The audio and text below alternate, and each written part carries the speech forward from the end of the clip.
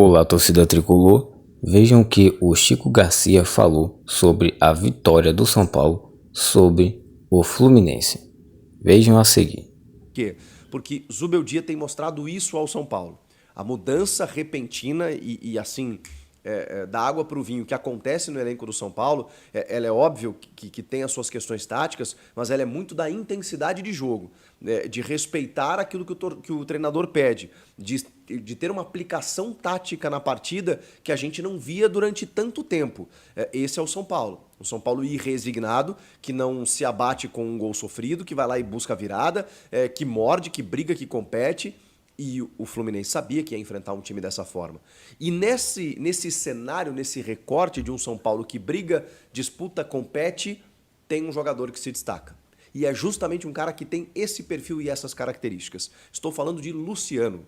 Está aqui um crítico de Luciano. Nossa, eu já bati muito no Luciano. Mas no bom sentido, né? Porque o Luciano, eu sei a capacidade que ele tem, a qualidade técnica que ele tem e como ele se envolve com o jogo. Muitas vezes isso é visto de uma forma negativa porque ele às vezes vira o fio realmente, ele passa do ponto. Ele cava expulsões, ele provoca cartões, ele provoca adversário, ele mais reclama do que joga. Agora, nesse momento, não há o que dizer sobre Luciano. Luciano incorporou o espírito Zubeldia dentro de campo. Ele simplesmente entendeu a importância de um camisa 10, de um cara que está há anos no clube, de um cara que a torcida se sente representada dentro do campo e resolveu jogar para um caramba.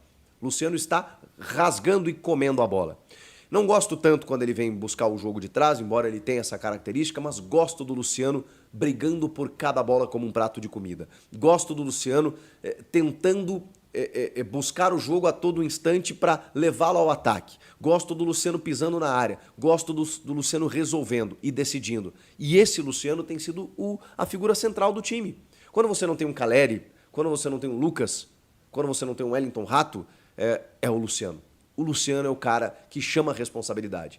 E não há o que dizer sobre o Luciano, pelo menos nesse momento, no time do São Paulo. Ele me parece ser a figura principal. Teria marcado o gol que acabou sendo anulado, na minha opinião, bem anulado. Incrível como o Daronco não marcou a falta no campo, mas o Galopo comete a falta por baixo e por cima. O VAR chama para revisão e ele acaba anulando o gol do São Paulo, mas seria um belíssimo gol. Virando o jogo para o São Paulo já naquele momento ali, 24 minutos do segundo tempo. Mas o jogo começa como? Com o São Paulo mordendo a saída de bola do Fluminense. E aí, obrigando muitas vezes o Fábio a fazer defesas inesperadas, a defesa a ser pega desprevenida, e o São Paulo acabou perdendo alguns gols, inclusive. Mas vejam só, o Fluminense ainda faz o seu gol. Numa jogada do Cauã Elias, né, em que a bola chega no Keno, o Keno dá um toquinho, a bola toca no Igor Vinícius e morre no fundo da rede. O São Paulo já jogava melhor, mas o Fluminense também tem as suas escapadas, especialmente pela qualidade dos seus jogadores. Sai no 1-0 e 4 minutos depois o São Paulo empata. Nessa marcação-pressão, e aí mérito do Juan. Eu sei que o Juan é contestado, é criticado, muitas vezes ele erra a tomada de decisão, o gesto técnico, mas ele, assim como o Luciano, não estou comparando só perfil, característica, é um jogador envolvido com o jogo. Você percebe o Juan tentando, brigando, disputando, lutando, até que ele faz a jogada do primeiro gol. Toca para Bobadilla.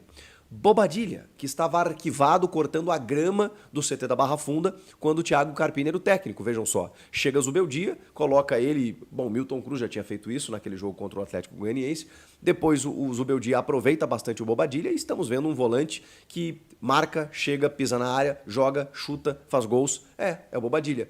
E claro, contando com o seu parceiro nesse momento, com a lesão do Pablo Maia aí, que vai ficar um bom tempo parado, Alisson.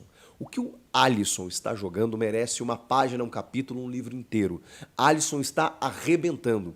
Fisicamente ele está sobrando em campo, porque para exercer essa função você precisa, né? E o Alisson a gente sabe, cara. A gente sabe quantas dificuldades ele já sofreu na carreira. É um cara que era meia atacante, foi inventado na função pelo Dorival. O Alisson está jogando uma enormidade.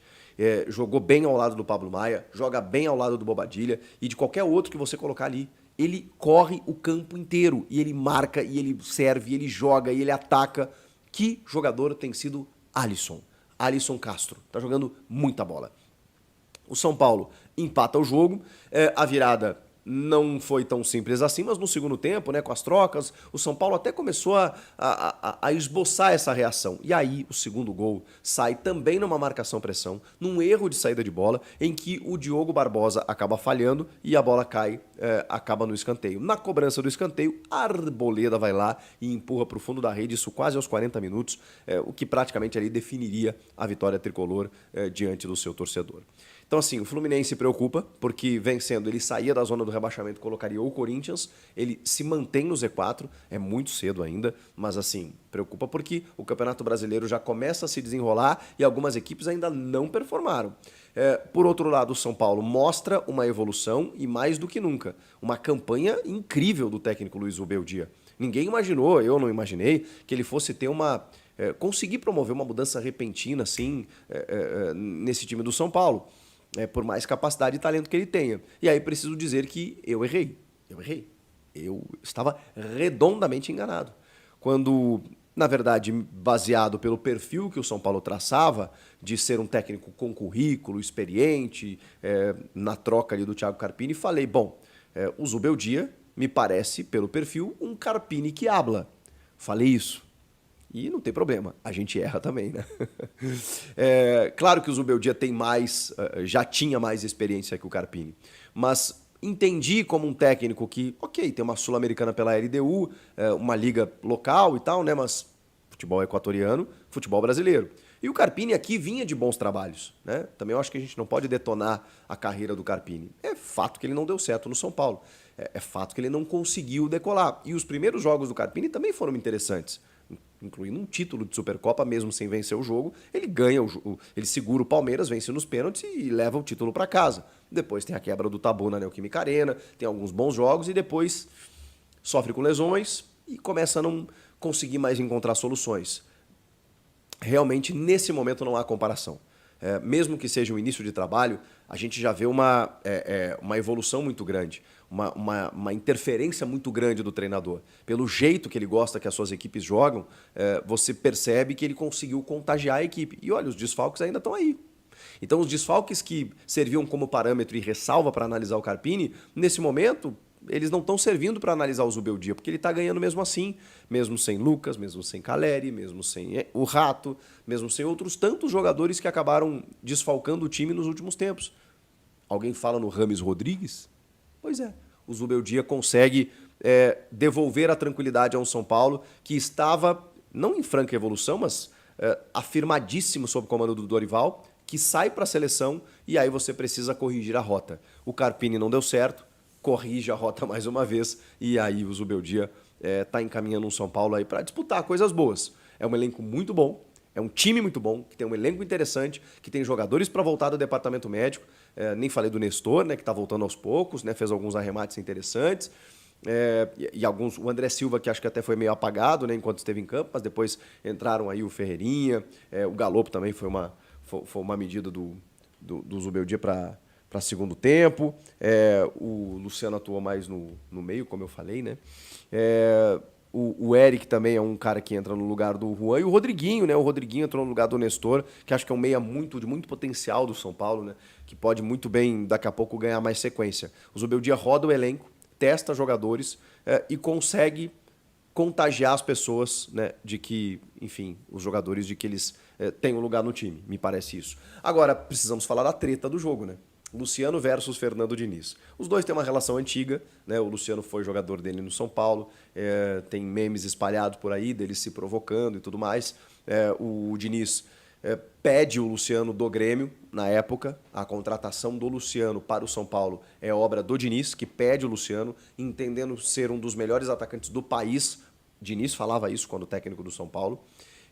Então tem aquela relação de pai e filho, de amigos, né? de tutor, que foi quebrada nesta noite. Porque o Manuel acaba se machucando numa disputa, joga a bola para a linha lateral, finalzinho do primeiro tempo, o Luciano pega a bola para cobrar.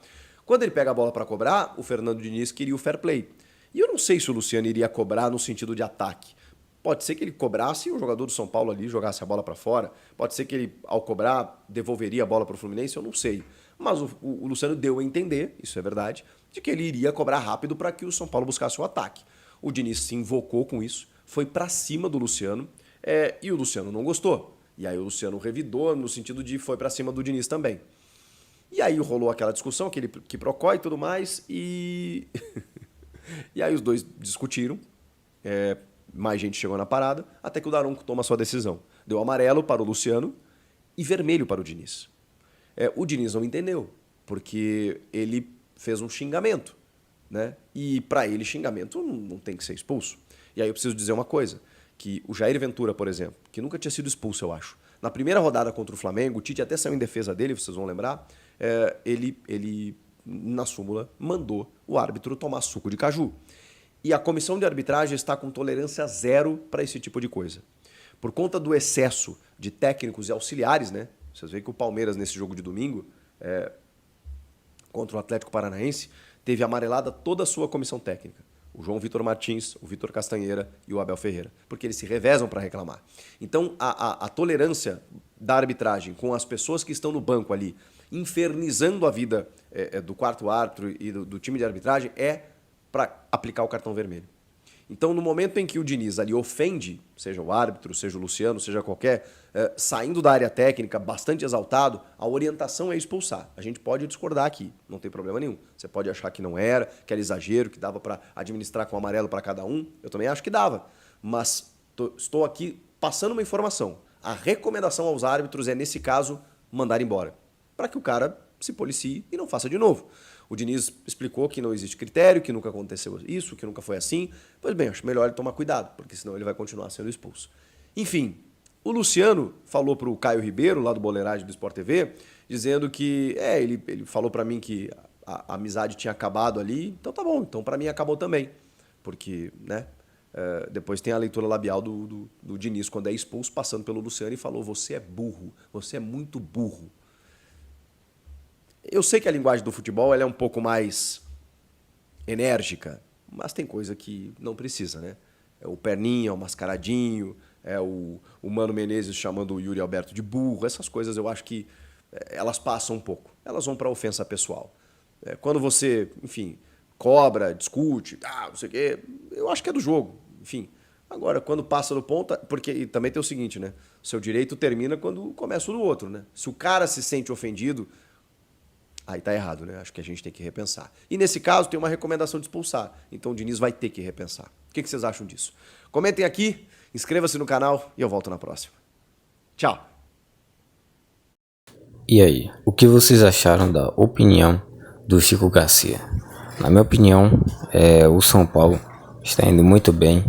E assim, desse jeito que está indo, provavelmente o São Paulo vai conseguir muito mais coisas futuramente.